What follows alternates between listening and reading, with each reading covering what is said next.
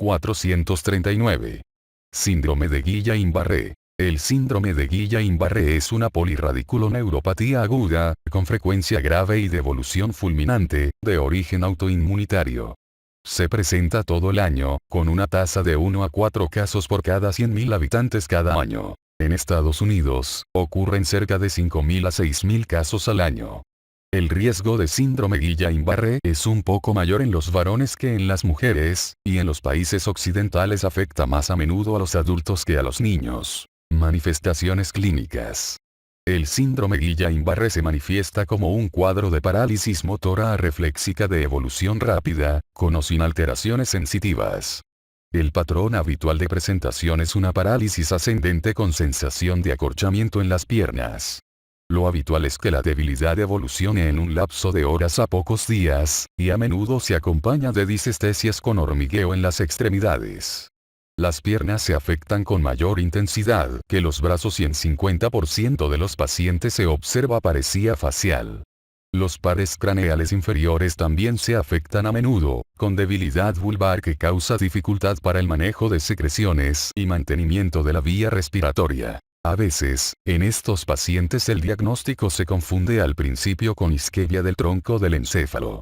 También es habitual el dolor en el cuello, hombro, espalda o difuso en toda la columna en las etapas iniciales del síndrome Guillain-Barré y ocurre en cerca del 50% de los casos. En la mayoría de los pacientes es indispensable la hospitalización, y en distintas series, hasta 30% necesita asistencia ventilatoria en algún momento de la enfermedad. La necesidad de ventilación mecánica tiene que ver con debilidad más grave al momento del ingreso, progresión rápida y presencia de debilidad facial o vulvar durante la primera semana de evolución. Al inicio no suele haber fiebre ni síntomas generales. Cuando el paciente los presenta, hay que poner en duda el diagnóstico. Los reflejos tendinosos profundos suelen desaparecer a los pocos días del inicio. Los déficits sensitivos cutáneos, como pérdida de la sensibilidad dolorosa y térmica, suelen ser relativamente leves. No obstante, las funciones mantenidas por fibras sensitivas de calibre grueso, como los reflejos tendinosos profundos y la propiocepción, suelen tener una mayor afectación. En los casos graves suele observarse disfunción vesical, aunque de manera transitoria. Cuando la disfunción vesical es una característica destacada y aparece al inicio de la enfermedad, es necesario considerar otras posibilidades distintas del síndrome Guillain-Barré, en especial procesos medulares, capítulo 434. Una vez que se detiene el empeoramiento del cuadro y el paciente se estabiliza, casi siempre a las 4 semanas del inicio, es poco probable que la enfermedad siga avanzando. Es frecuente el daño al sistema nervioso autónomo y puede ocurrir incluso en pacientes con síndrome Guillain-Barré leve. Las manifestaciones habituales son pérdida del control vasomotor con amplia fluctuación de la presión arterial, hipotensión postural y arritmias cardíacas. Estas manifestaciones ameritan vigilancia y tratamiento estrictos y pueden ser letales. El dolor es otra manifestación frecuente del síndrome Guillain-Barré. Además del dolor agudo descrito antes, es factible que haya dolor sordo en los músculos debilitados, que los pacientes comparan al que se siente al día siguiente de un ejercicio excesivo. Otros cuadros dolorosos que se observan en el síndrome Guillain-Barré son las disestesias en las extremidades, debido a la afectación de fibras nerviosas sensitivas. Estos cuadros dolorosos se resuelven espontáneamente y se deben tratar con analgésicos comunes, capítulo 10. En la actualidad se consideran varios subtipos de síndrome Guillain-Barré, clasificados principalmente por sus características electrodiagnósticas y anatomopatológicas, cuadro 439, 1. La variante más frecuente es la polineuropatía desmielinizante inflamatoria aguda. Además, hay dos variantes axónicas que a menudo tienen un cuadro clínico grave. La neuropatía axónica motora aguda y la neuropatía axónica sensitivo-motora aguda. También hay diversos síndromes de Guillain-Barré limitados o regionales. Entre estos, es notable el síndrome de Miller-Fisher que se presenta como ataxia y arreflexia de evolución rápida en las extremidades sin debilidad, junto con oftalmoplegia y muchas veces con parálisis pupilar. La variante del síndrome de Miller-Fisher representa cerca del 5% de todos los casos de síndrome Guillain-Barré y guarda una relación importante con anticuerpos contra el gangliósido GQ1B, véase más adelante inmunopatogenia. Otras variantes regionales del síndrome Guillain-Barré son 1. Formas sensitivas puras. 2. Oftalmoplegia con anticuerpos contra GQ1B como parte del síndrome Guillain-Barré motor sensitivo grave. 3. Síndrome Guillain-Barré con parálisis vulvar y facial grave, a veces relacionada con infección previa por citomegalovirus y anticuerpos contra GM2. Y 4. Pandisautonomía aguda, capítulo 432. Antecedentes. Alrededor del 70% de los casos de síndrome Guillain-Barré son precedidos de 1 a 3 semanas por un proceso infeccioso agudo, generalmente respiratorio o gastrointestinal. Los cultivos y las pruebas seroepidemiológicas muestran que del 20 al 30% de todos los casos que ocurren en Estados Unidos, Europa y Australia van precedidos de infección o reinfección por Campylobacter jejuni. Una proporción similar es precedida de infección por alguno de los virus del herpes, a menudo citomegalovirus o virus de Epstein-Barr. Otros virus, así como Mycoplasma pneumoniae, han sido identificados como microorganismos implicados en las infecciones que anteceden al síndrome Guillain-Barré. También la vacunación reciente se ha asociado al síndrome Guillain-Barré. La vacuna contra la gripe porcina, de aplicación generalizada en Estados Unidos en 1976, es el ejemplo más notable. Sin embargo, las vacunas contra la gripe usadas de 1992 a 1994 solo produjeron un caso adicional de síndrome Guillain-Barré por millón de personas vacunadas, y las vacunas contra gripe estacional más recientes parecen conferir un riesgo de síndrome Guillain-Barré menor de 1 por millón. Los estudios epidemiológicos que analizan la vacunación demostraron solo un aumento pequeño del riesgo de presentar síndrome Guillain-Barré. Las vacunas frente al meningococo no parecen aumentar el riesgo. Las vacunas antirrábicas antiguas, que se preparaban con tejido nervioso, están implicadas como factor desencadenante del síndrome Guillain-Barré en los países pobres, en los que todavía se usan. Es posible que el mecanismo patógeno sea la inmunización contra los antígenos nerviosos. El síndrome Guillain-Barré también se observa con frecuencia más de la que podría atribuirse al azar en los pacientes con linfoma, incluida la enfermedad de Hodgkin, en los pacientes seropositivos para virus de inmunodeficiencia humana y en los individuos con lupus eritematoso sistémico. Campylobacter jejuni se ha visto implicado en los brotes estivales de neuropatía axónica motora aguda entre los niños y adultos jóvenes expuestos a pollos en las regiones rurales de China. Recientemente, se implicó la infección por el virus Zika en el aumento de incidencia de síndrome Guillain-Barré en Brasil y otras regiones endémicas. Inmunopatogenia. Hay diferentes datos que apoyan el origen autoinmunitario de la polineuropatía desmielinizante inflamatoria aguda, que es el tipo más frecuente y mejor estudiado de síndrome Guillain-Barré. Este concepto se extiende a todos los subtipos de síndrome Guillain-Barré, cuadro 439, 1. Es probable que a la lesión hística producida en la polineuropatía desmielinizante inflamatoria aguda, contribuyan mecanismos inmunitarios celulares y humorales. La activación de los linfocitos T es sugerida por la observación de valores altos de citocinas y receptores de citocinas en el suero interleucina 2, receptor de interleucina 2 soluble y en el líquido cefalorraquídeo interleucina 6, factor de necrosis tumoral alfa, interferón gamma. La polineuropatía desmielinizante inflamatoria aguda presenta, además, una analogía muy importante con una inmunopatía experimental mediada por linfocitos T denominada neuritis alérgica experimental. La neuritis alérgica experimental puede ser inducida en animales de laboratorio mediante sensibilización inmunitaria contra fragmentos proteínicos derivados de proteínas del nervio periférico y, en particular, contra la proteína P2. Con base en su analogía con la neuritis alérgica experimental, en un inicio se consideró que la polineuropatía desmielinizante inflamatoria aguda podría ser una enfermedad primariamente mediada por linfocitos T. Sin embargo, en la actualidad hay abundantes datos que sugieren que los autoanticuerpos dirigidos contra determinantes no proteínicos podrían ser esenciales en la patogenia de muchos casos. Datos de tipo circunstancial sugieren que todos los casos de síndrome Guillain-Barré se deben a respuestas inmunitarias contra antígenos extraños, microorganismos infecciosos, vacunas, que se desvían al tejido nervioso del hospedador por un mecanismo de similitud de epitopo, semejanza molecular figura 439.1. Es probable que los componentes nerviosos sean glucoconjugados, de manera específica, gangliósidos, cuadro 439.2. Figura 439.2. Los gangliósidos son glucoesfingolípidos complejos que contienen uno o más residuos de ácido siálico. Diferentes gangliósidos participan en las interacciones célula-célula, incluidas las interacciones entre los axones y las células de la neuroglia, en la modulación de los receptores y en la regulación del crecimiento.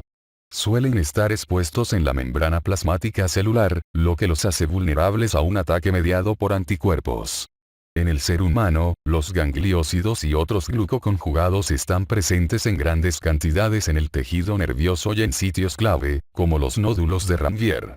En el síndrome Guillain-Barré son frecuentes los anticuerpos antigangliósido, 20 a 50% de los casos, sobre todo contra GM1, en particular en neuropatía axónica motora aguda y neuropatía axónica sensitivo-motora aguda, y los casos precedidos de infección por Campylobacter jejuni. Algunos autoanticuerpos polineuropatía desmielinizante inflamatoria aguda pueden reconocer complejos heterogéneos de glucolípidos, en lugar de especies individuales presentes en todas las membranas celulares. Además, Campylobacter jejuni aislado en las heces de los pacientes con síndrome Guillain-Barré presenta estructuras glucolipídicas en la superficie que muestran reactividad cruzada antigénica con los gangliósidos, incluido GM1, más abundantes en los nervios del ser humano.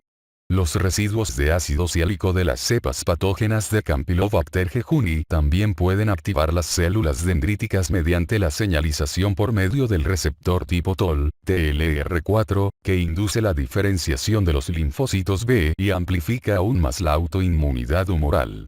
Otra serie de datos procede de la experiencia obtenida en Europa con el uso parenteral de gangliósidos de cerebro bovino purificados para el tratamiento de diferentes cuadros neuropáticos. Luego de 5 a 15 días de su inyección, algunos receptores han desarrollado un síndrome Guillain-Barré axónico motor agudo con títulos altos de anticuerpos anti-GM1 que reconocen epítopos en los nódulos de Ranvier y en las placas motoras.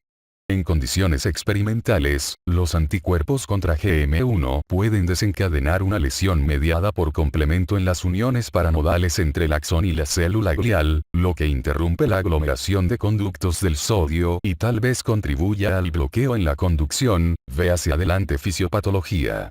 En más de 90% de los pacientes con síndrome de Miller-Fisher se detectan anticuerpos anti-GQ1B inmunoglobulina G, cuadro 439.2. Figura 439.2, y las concentraciones de inmunoglobulina G son mayores al inicio de la enfermedad.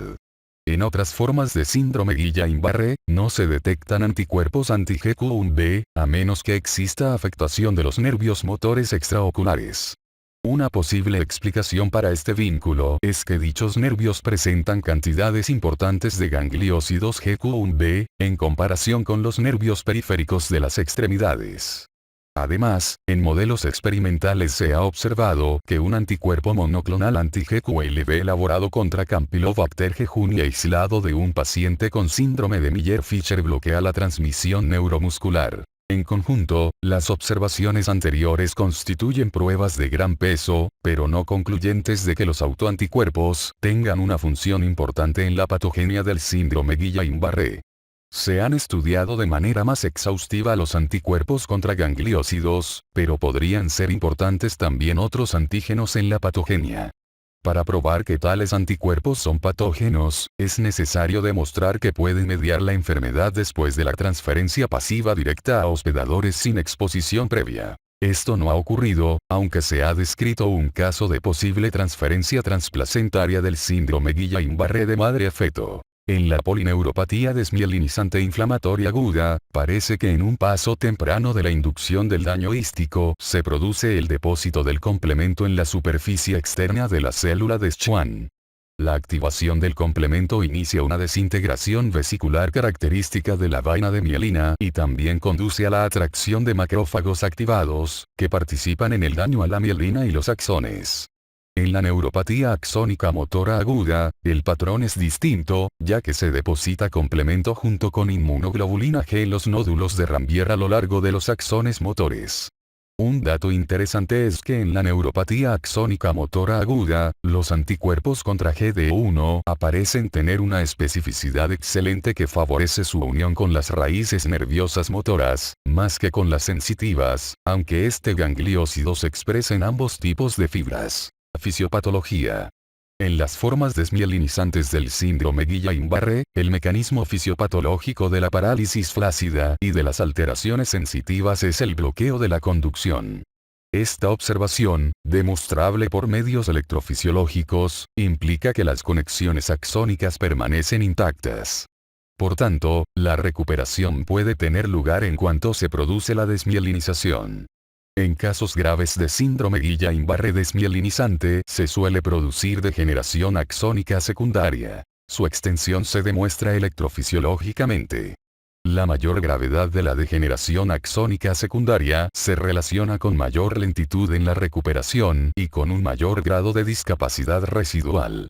Cuando el estudio electrofisiológico indica un modelo axónico primario, la explicación es que los axones han sufrido degeneración y se han desconectado de sus objetivos, de manera específica, de las uniones neuromusculares, y, por tanto, deben regenerarse para que ocurra la recuperación. En los casos con afectación axónica motora en que la recuperación es rápida, se considera que la lesión está localizada en ramas motoras preterminales, lo que permite que tengan lugar rápidamente la regeneración y la reinervación.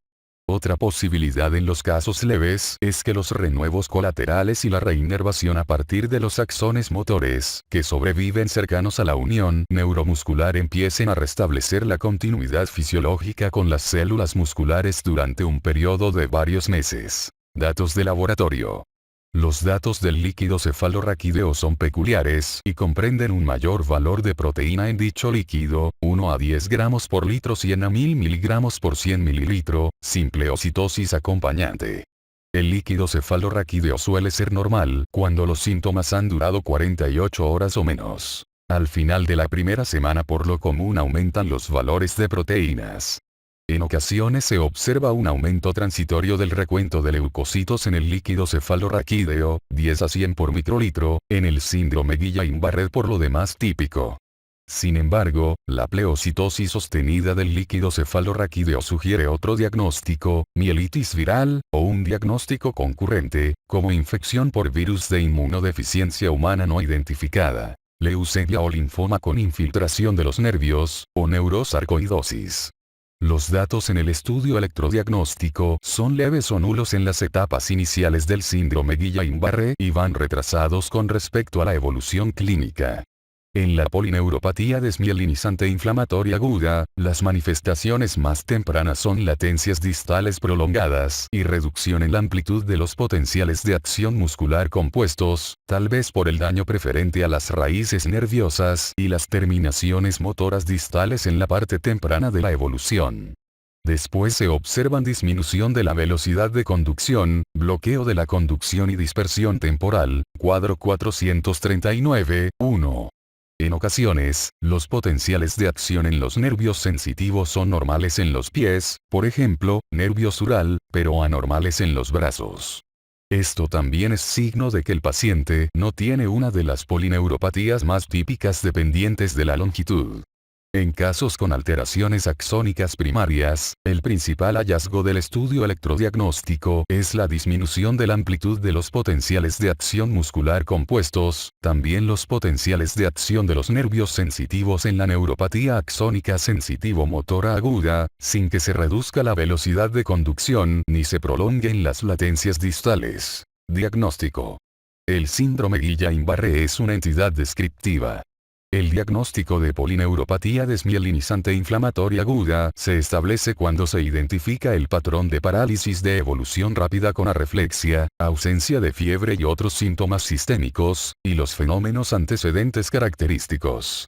En 2011, la Brighton Collaboration elaboró una nueva serie de definiciones de caso para síndrome Guillain-Barré en respuesta a las necesidades de los estudios epidemiológicos de vacunación y valoración de riesgos de síndrome Guillain-Barré, cuadro 439, 3. Estos criterios se validaron después. Otros trastornos que podrían incluirse en el diagnóstico diferencial son mielopatías agudas, sobre todo si hay dolor de espalda prolongado y trastorno de los esfínteres, difteria, trastornos bucofaringeos tempranos, polirradiculitis del Lyme y otras parálisis causadas por garrapatas, porfiría, dolor abdominal, convulsiones, psicosis. Neuropatía vasculítica, revisar la velocidad de eritrosedimentación, descrita más adelante. Poliomielitis, es frecuente que haya fiebre y meningismo. Virus del Nilo Occidental. Polirradiculitis por citomegalovirus, en pacientes inmunodeprimidos. Neuropatía o miopatía del enfermo crítico. Trastornos de la unión neuromuscular, como miastenia grave y botulismo, se pierde pronto la reactividad pupilar. Intoxicación con organofosforados, talio o arsénico. Intoxicación paralítica por mariscos, o hipofosfatemia grave, rara. Las pruebas de laboratorio ayudan a descartar los trastornos que simulan el síndrome Guillain-Barré. Es posible que los datos en el estudio electrodiagnóstico sean mínimos y la concentración de proteína en líquido cefalorraquídeo no aumente hasta el final de la primera semana. Si hay una fuerte sospecha del diagnóstico, el tratamiento debe iniciarse sin esperar la evolución de los signos en el estudio electrodiagnóstico y del líquido cefalorraquídeo característicos. Los pacientes con síndrome Guillain-Barré y factores de riesgo para virus de inmunodeficiencia humana, o con pleocitosis del líquido cefalorraquídeo, deben someterse a prueba serológica para virus de inmunodeficiencia humana. Tratamiento. Síndrome de Guillain-Barré. En casi todos los pacientes con síndrome Guillain-Barré, el tratamiento debe iniciarse lo antes posible después del diagnóstico. Cada día cuenta. Alrededor de 2 semanas después de los primeros síntomas motores, aún no se sabe si la inmunoterapia sigue siendo efectiva. Si el paciente ya se estabilizó, es probable que el tratamiento ya no esté indicado, a menos que exista debilidad motora grave y no sea posible descartarse que aún continúe el ataque inmunitario. Puede iniciarse inmunoglobulina intravenosa a dosis altas o plasmaferesis, ya que tienen la misma eficacia para el síndrome Guillain-Barré típico. La combinación de ambos tratamientos no es mucho mejor que cualquiera de ellos por separado. A menudo se elige la inmunoglobulina intravenosa como tratamiento inicial por la facilidad de administración y por la seguridad ya confirmada. Los datos anecdóticos también sugieren que la inmunoglobulina intravenosa es preferible a la plasmaferesis para las variantes neuropatía axónica motora aguda y síndrome de Miller-Fisher del síndrome.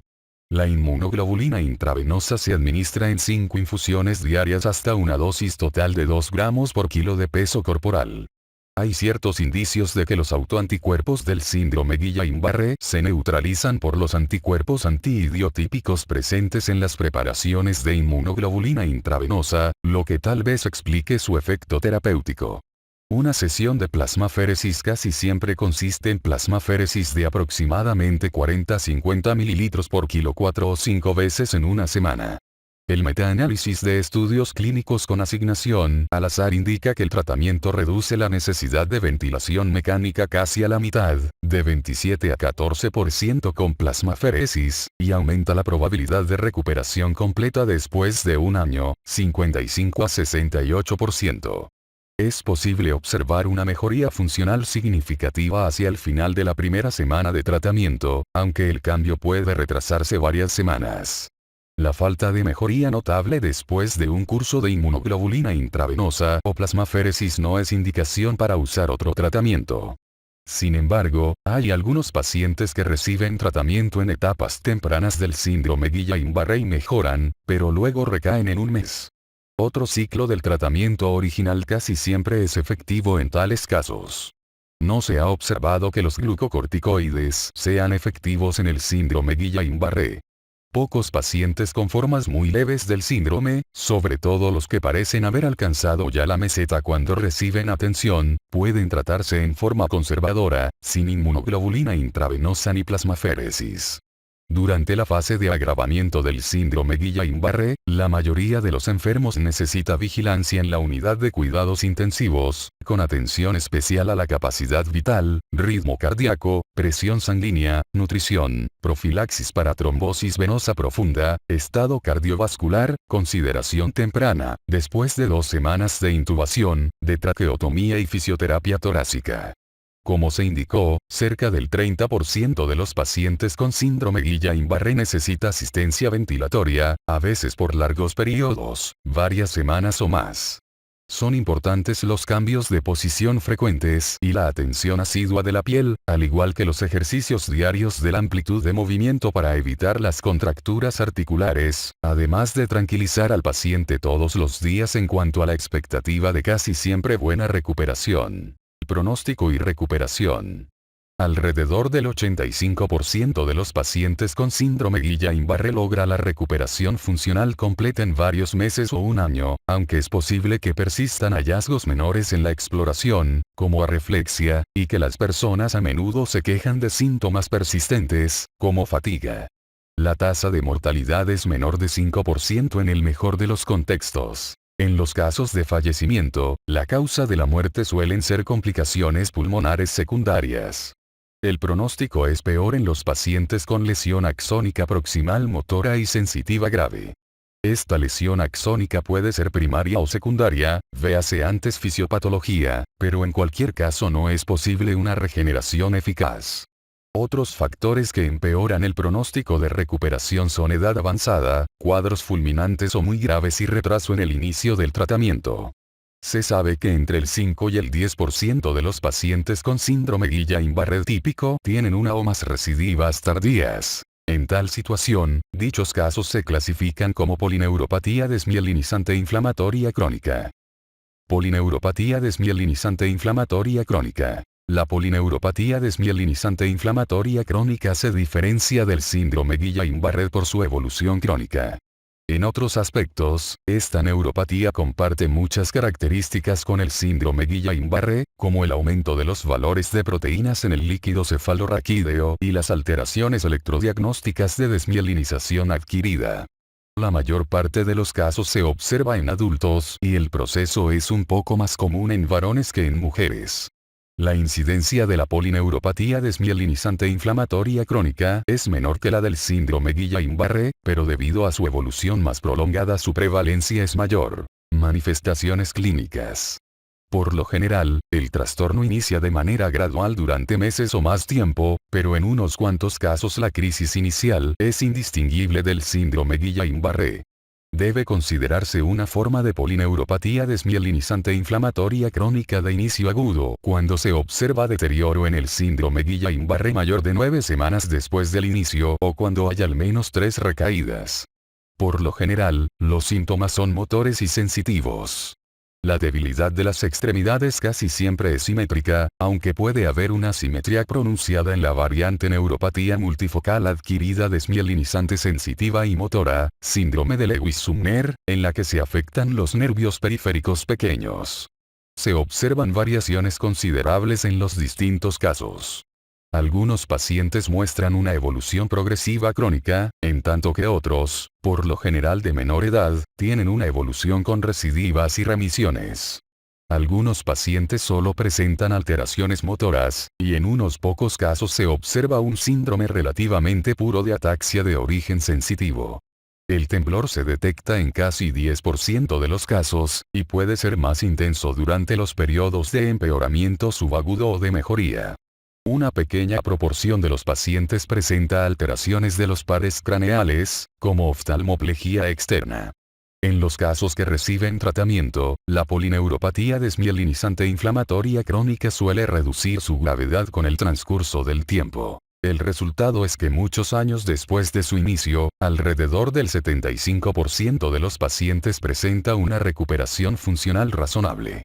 En la polineuropatía desmielinizante inflamatoria crónica es inusual el fallecimiento. Diagnóstico. El diagnóstico se basa en los hallazgos clínicos, del líquido cefalorraquídeo y del estudio electrofisiológico característicos. Por lo general, el líquido cefalorraquídeo es acelular, con valor de proteínas alto, en ocasiones varias veces por encima del normal. Como en el síndrome Guillain-Barré, la pleocitosis en el líquido cefalorraquídeo obliga a considerar la infección por virus de inmunodeficiencia humana, leucemia, linfoma y neurosarcoidosis. Los hallazgos en el estudio electrodiagnóstico revelan grados variables de disminución de la velocidad de conducción, latencias distales prolongadas, dispersión distal y temporal de los potenciales de acción muscular compuestos y bloqueo de la conducción, como las principales características. En particular, la presencia de bloqueo de la conducción es un signo seguro de un proceso desmielinizante adquirido. La evidencia de pérdida axónica, tal vez secundaria a la desmielinización, se observa en más de 50% de los pacientes. Está indicada la electroforesis de las proteínas séricas con inmunofijación para buscar gamapatía monoclonal y trastornos relacionados, véase más adelante gamapatía monoclonal de importancia incierta. En todos los sujetos con diagnóstico preliminar de polineuropatía desmielinizante inflamatoria crónica, también es razonable descartar la vasculitis, enfermedad del tejido conjuntivo, sobre todo lupus eritematoso sistémico, hepatitis crónica, infección por virus de inmunodeficiencia humana, amiloidosis y diabetes mellitus. Otros trastornos relacionados son enfermedad intestinal inflamatoria y linfoma. Patogenia.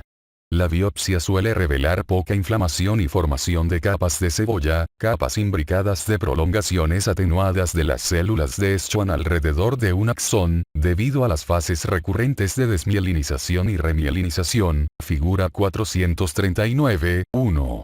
La respuesta al tratamiento sugiere que la polineuropatía desmielinizante inflamatoria crónica es mediada por mecanismos inmunitarios. La polineuropatía desmielinizante inflamatoria crónica responde a los glucocorticoides, no así el síndrome Guillain-Barré. Recientemente, se logró la transferencia pasiva de la desmielinización en animales de laboratorio, y para ello se utilizó inmunoglobulina G purificada obtenida del suero de algunos enfermos de polineuropatía desmielinizante inflamatoria crónica, lo cual apoya una patogenia autoinmunitaria humoral. Una minoría de pacientes tiene anticuerpos séricos contra P0, la proteína P2 de mielina, PM22, proteínas cuyos genes se mutan en ciertas formas de neuropatía hereditaria de Charcot-Marie-Tooth. En fecha más reciente, los anticuerpos de isotipo inmunoglobulina G4 dirigidos contra la contactina 1 o la neurofacina 155 se vincularon con daño axónico temprano, compromiso motor distal grave o ataxia sensitiva con temblor y una escasa respuesta a inmunoglobulina intravenosa. La contactina 1 y su compañera, la proteína 1 asociada en contacto, interactúan con neurofacina 155 en uniones axogliales paraganglionares. La transferencia pasiva de anticuerpos inmunoglobulina G4 contra contactina 1 causa daño paraganglionar y ataxia en roedores. También es interesante que se haya desarrollado en forma espontánea una enfermedad semejante a polineuropatía desmielinizante inflamatoria crónica en ratones diabéticos no obesos, cuando se eliminó por medios genéticos la molécula coestimulante inmunitaria B7-2, CD86. Esto sugiere que la polineuropatía desmielinizante inflamatoria crónica puede ser resultado de la activación alterada de los linfocitos T por las células presentadoras de antígeno. Alrededor del 25% de los pacientes con manifestaciones clínicas de polineuropatía desmielinizante inflamatoria crónica también presenta una gamapatía monoclonal de importancia incierta. Los casos relacionados con inmunoglobulina o inmunoglobulina GK monoclonales casi siempre responden al tratamiento de manera tan favorable como los casos sin gamapatía monoclonal. Los pacientes con gamapatía monoclonal inmunoglobulina M y anticuerpos contra la glucoproteína relacionada con mielina tienen una polineuropatía distinta, tienden a tener más signos sensitivos y una evolución motora prolongada. Por lo general su respuesta al tratamiento es menos satisfactoria. Tratamiento. Polineuropatía desmielinizante inflamatoria crónica. El tratamiento suele iniciarse cuando la progresión es rápida o se afecta la marcha. Si el trastorno es leve, el tratamiento puede ser expectante, en espera de la remisión espontánea. Los estudios con grupo testigo muestran que la inmunoglobulina intravenosa en dosis alta, la plasmaféresis y los glucocorticoides son más efectivos que el placebo. El tratamiento inicial casi siempre es con inmunoglobulina intravenosa, en dosis de 2,0 gramos por kilo de peso en dosis divididas entre 2 y 5 días. Por lo general se recomiendan 3 ciclos mensuales antes de concluir que hubo un fracaso terapéutico. Si el paciente responde, los intervalos de la infusión pueden prolongarse en forma gradual o se disminuye la dosis, por ejemplo, 1 gramo por kilo por 3 a 4 semanas. La plasmaferesis, que parece tan efectiva como la inmunoglobulina intravenosa, se inicia con 2 o 3 sesiones por semana durante 6 semanas. Es probable que sea necesaria la repetición periódica del tratamiento. La administración de glucocorticoides es otra opción, 60-80 miligramos de prednisona vía oral al día durante 1 a 2 meses, seguida de reducción gradual de la dosis de 10 miligramos por mes, según la tolerancia, pero son problemáticos los efectos adversos a largo plazo, que incluyen desmineralización ósea, hemorragia digestiva y alteraciones cusingoides. Hasta 1/3 de los pacientes con polineuropatía desmielinizante inflamatoria crónica no responde en forma adecuada al tratamiento inicial elegido y debe intentarse uno distinto. Los enfermos que no responden a la inmunoglobulina intravenosa, plasmaferesis y glucocorticoides, a veces se benefician de tratamiento con inmunodepresores, como azatioprina, metotrexato, ciclosporina y ciclofosfamida, ya sea solos o como tratamiento complementario. La polineuropatía desmielinizante inflamatoria crónica relacionada con anticuerpos contra contactina 1 y neurofacina 155 suele ser refractaria a inmunoglobulina intravenosa, pero unos cuantos estudios sugieren una respuesta a rituximab. El uso de estos fármacos exige valoración periódica de los riesgos y beneficios. En personas con neuropatía semejante a polineuropatía desmielinizante inflamatoria crónica que no responden al tratamiento es importante descartar el síndrome polineuropatía, organomegalia, endocrinopatía, gamapatía monoclonal, alteraciones cutáneas, véase más adelante. Neuropatía motora multifocal. La neuropatía motora multifocal es un tipo de neuropatía muy poco frecuente, pero peculiar, que se manifiesta como debilidad motora de progresión lenta y atrofia que evoluciona durante años en la distribución de troncos nerviosos específicos, acompañada de sitios con bloqueo persistente de la conducción motora focal en los mismos troncos nerviosos. Las fibras sensitivas se mantienen relativamente intactas. La enfermedad afecta más los brazos que las piernas y más de 75% de los pacientes son varones. Algunos casos se han confundido con otras formas neuronales motoras de esclerosis lateral amiotrófica, capítulo 429. Menos del 50% de los enfermos tiene concentraciones altas de anticuerpo policlonal inmunoglobulina M contra el gangliósido GM1. No se sabe qué relación tenga este hallazgo con los focos específicos de bloqueo persistente en la conducción motora, pero las concentraciones altas de gangliósidos GM1 forman parte de los nódulos de Ranvier en las fibras nerviosas periféricas. El examen anatomopatológico revela desmielinización y cambios inflamatorios leves en los sitios de conducción bloqueada. La mayoría de los pacientes con neuropatía motora multifocal responde a dosis altas de inmunoglobulina intravenosa, dosis como las usadas en polineuropatía desmielinizante inflamatoria crónica, indicadas antes. Es necesario el tratamiento periódico, cada mes, por lo menos, para mantener el beneficio. Algunos casos resistentes al tratamiento mejoran con rituximab o ciclofosfamida. Los glucocorticoides y la plasmaferesis no son efectivos. Neuropatías con gamapatía monoclonal. Mieloma múltiple. Se observa polineuropatía clínica evidente en alrededor del 5% de los individuos con el tipo frecuente de mieloma múltiple, que se acompaña de lesiones osteoporóticas líticas o difusas. Estas neuropatías son sensitivo-motoras, casi siempre leves y de progresión lenta, aunque pueden ser graves. Por lo general no se resuelven cuando se logra eliminar el mieloma. En la mayor parte de los casos, las características en el estudio electrodiagnóstico y patológicas indican un proceso de degeneración axónica. Por el contrario, el mieloma con rasgos osteoescleróticos, que solo representa 3% de todos los casos de mieloma, se acompaña de polineuropatía en la mitad de los pacientes.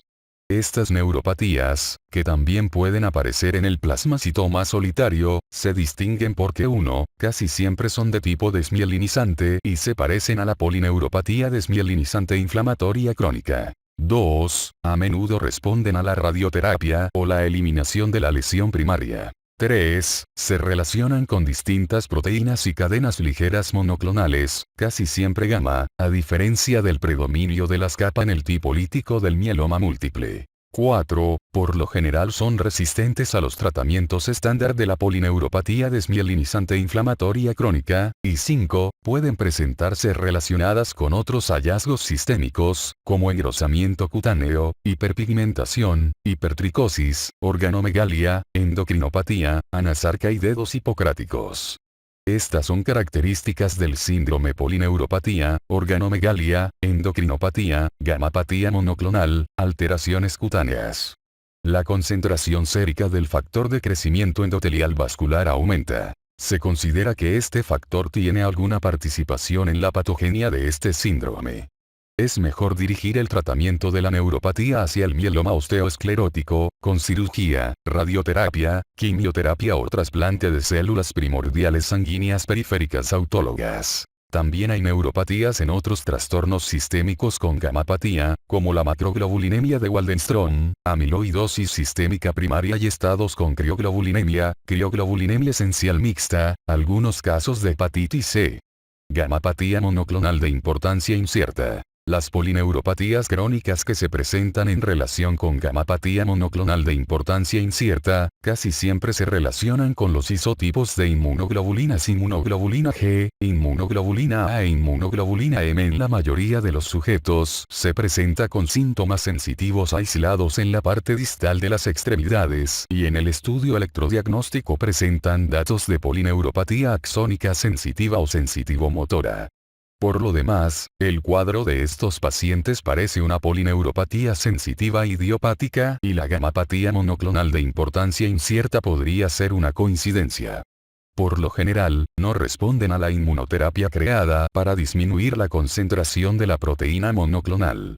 Sin embargo, algunos pacientes tienen debilidad generalizada y pérdida sensitiva, y los resultados en el estudio electrodiagnóstico son indistinguibles de la polineuropatía desmielinizante inflamatoria crónica sin gamapatía monoclonal, véase antes polineuropatía desmielinizante inflamatoria crónica, y su respuesta a los fármacos inmunodepresores también es similar.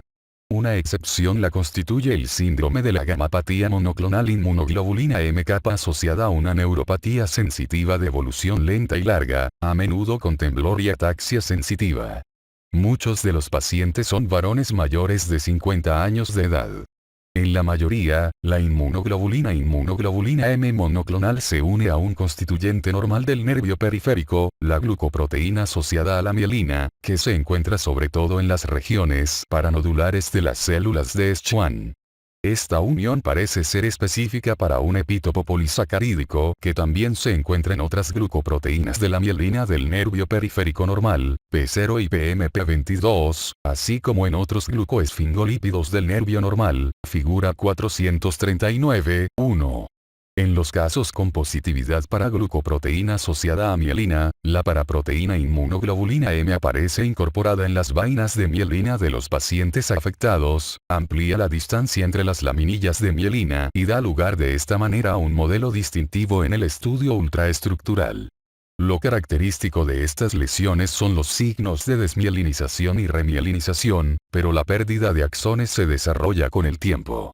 Estas polineuropatías antiglucoproteína asociada a mielina casi siempre son resistentes a la inmunoterapia. En un pequeño porcentaje de pacientes, 30% a los 10 años, con el tiempo la gamapatía monoclonal de importancia incierta evoluciona a trastornos francamente malignos, como mieloma múltiple o linfoma. Neuropatía vasculítica. La afectación de nervios periféricos es frecuente en la poliarteritis nodosa, con manifestaciones clínicas en la mitad de los casos y lesiones anatomopatológicas en la necropsia en 100%, capítulo 356. El modelo más frecuente es una neuropatía sensitivo-motora multifocal asimétrica, mononeuropatía múltiple, por lesiones isquémicas en troncos nerviosos y raíces. No obstante, algunos casos de neuropatía vasculítica evolucionan como una polineuropatía sensitivo-motora simétrica y distal. Los síntomas de neuropatía constituyen una forma de presentación frecuente en los pacientes con poliarteritis nodosa. Los datos electrodiagnósticos son los de un proceso axónico. En la poliarteritis nodosa se afectan las arterias de calibre pequeño e intermedio correspondientes a los vasos de los nervios, en especial los vasos epineurales, lo que ocasiona una neuropatía isquémica diseminada.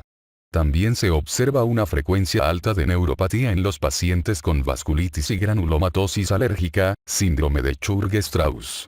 Siempre se debe considerar la posibilidad de una vasculitis generalizada cuando aparece una mononeuropatía múltiple subaguda o crónica junto con síntomas generales, fiebre, anorexia, pérdida de peso, sensación de fatiga, malestar y molestias inespecíficas.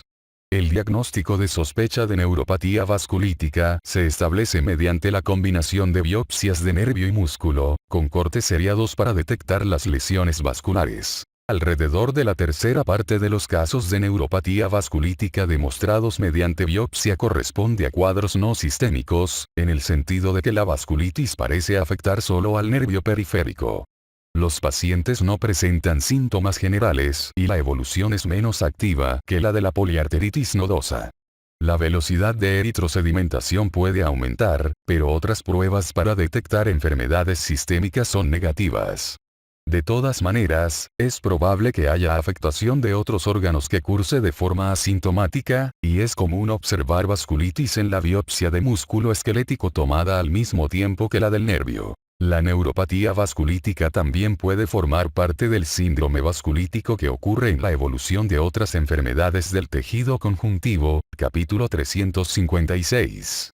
La más frecuente es la artritis reumatoide, pero la neuropatía isquémica por afectación de los vasa nervorum también puede aparecer en la crioglobulinemia mixta, el síndrome de Sjögren, granulomatosis con poliangitis, de Wegener, angitis por hipersensibilidad, lupus eritematoso sistémico y esclerosis sistémica progresiva. Algunas vasculitis tienen que ver con anticuerpos citoplásmicos antineutrofílicos, que a su vez se subdividen en citoplásmicos y perinucleares.